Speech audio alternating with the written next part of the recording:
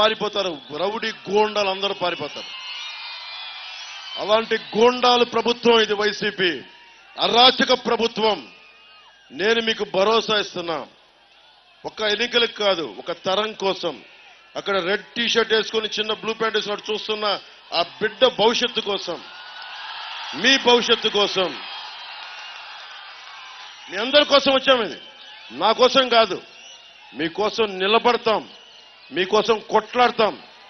రేపు full day, పూర్తి రోజు 24 గంటలు మీరు ఆలోచించుకోండి. ఈ రోజు నుంచి రేపు సాయంత్రం పడుకోబోయే వరకు ప్రతి వర్గం, మత్స్యకారులు కానీ, మత్స్యకారులు ఏమన్నాడు, మీ జాతి ₹1 ఇస్తే 10 కోట్లంతా ప్రచారం చేసుకుంటారని చెప్పి మత్స్యకార జాతిని తిట్టిన దురహంకారి చంద్రశేఖర్ రెడ్డి గారు.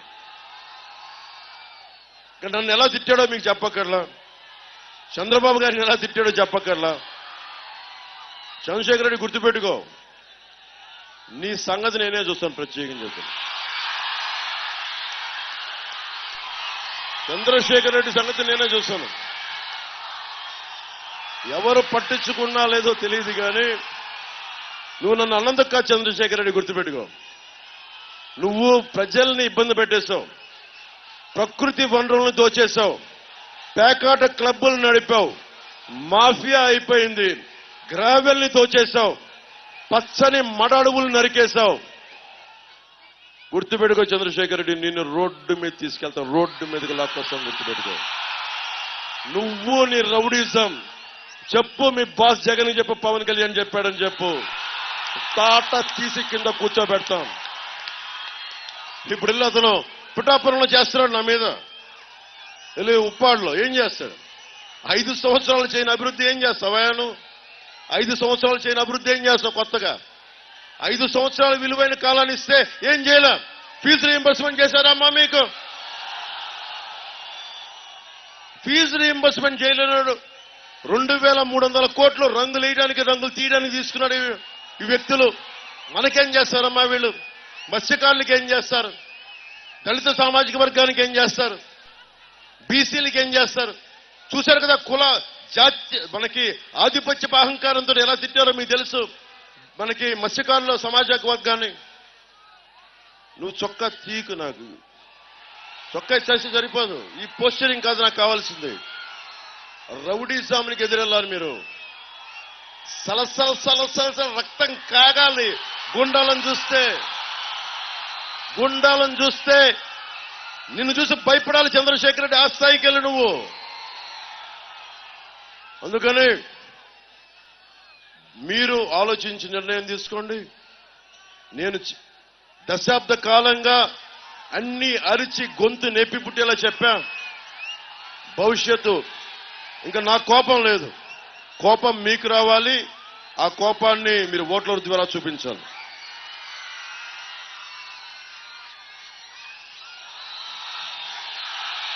జానీ,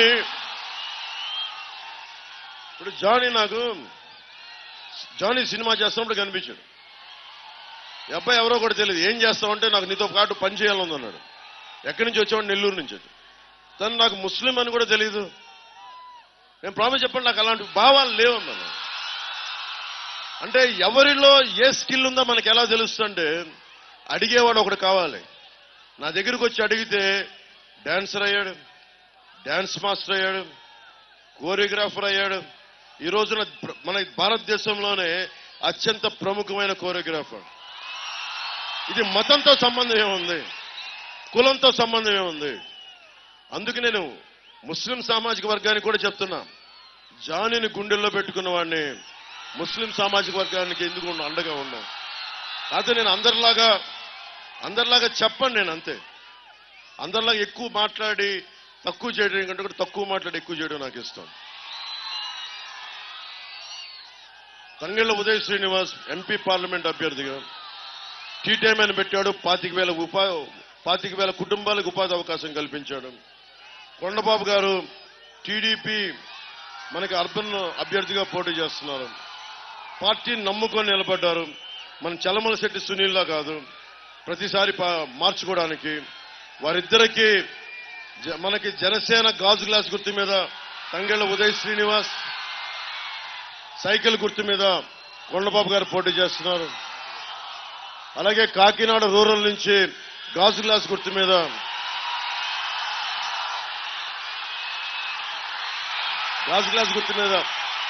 పంతం నానాజీ గారు పోటీ చేస్తున్నారు. వారందరినీ భారీ మెజారిటీతో గెలిపించండి. ధర్మందే విజయం, పొత్తుదే గెలుపు, కూటమిదే పీఠం, కూటమిదే పీఠం. ఒకే ఒక్క కవితా పంక్తులు వినిపించి సెలవు తీసుకుంటాను. జగన్ చూసి భయపడ్డారు, వైసీపీ చంద్రశేఖర్ రెడ్డిని చూసి భయపడ్డారు, మాఫియా సామ్రాజ్యాన్ని చూసి భయపడ్డారు. మీకు గుండెలో ధైర్యాన్నిచ్చి ఒక కవిత చెప్తాను. రాహువు పట్టిన పట్టొక సెకండు అఖండమైన లోక బాంధవుడు అసలే లేకుండా పోతారా? మూర్ఖుడు గడియారంలో ముళ్ళు కదలని కంటే ధరాగమనమంతటితో తల కింద అయిపోతుందా? కుటిలాత్మల కూటమికి ఒక తుడి కాలం చేయమొస్తే విశ్వ సృష్టి పరిణామం విచ్ఛిన్నమవుతుందా? ధనుజు లోకమేకంగా దారి కడ్డంగా నిల్చుంటే నరజాతి ప్రస్థానం పరిసమాప్తం అవుతుందా? వైసీపీ రాహువులాగా 5 సంవత్సరాలు పట్టింది, తొలగిపోతుంది. ఉదయించే కొత్త తరం వస్తుంది, ఉదయించే కూటమి వస్తుంది, కొత్త బాట వేస్తుంది, బంగారు భవిష్యత్తు వేస్తుంది అని తెలుసుకుంటూ మీ అందరికీ ఆశీస్సులు కోరుకుంటూ మా అభ్యర్థులందరికీ, కూటమి అభ్యర్థుల్ని, రాష్ట్రం మొత్తంలో ఉన్న జనసేన మద్దతుదారులు, జన సైనికులు, వీర మహిళలు, తెలుగుదేశం కార్యకర్తలు, తెలుగుదేశం మద్దతుదారులు అందరూ, బీజేపీ కార్యకర్తలు, బీజేపీ నాయకులందరూ మద్దతు తెలిపి కూటమికి అఖండ విజయం కల్పించాల్సిన కోరుకుంటూ సెలవు తీసుకున్నాను. Hello AP, hello AP, hello AP, hello AP, hello AP. Bye bye, bye bye, bye bye.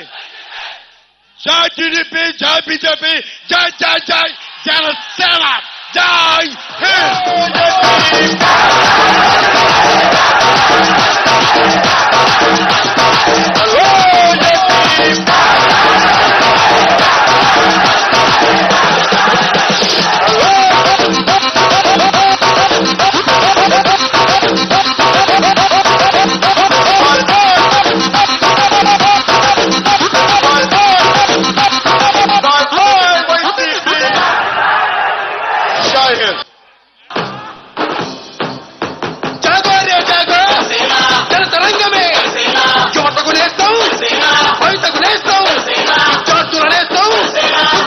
¡Let's go!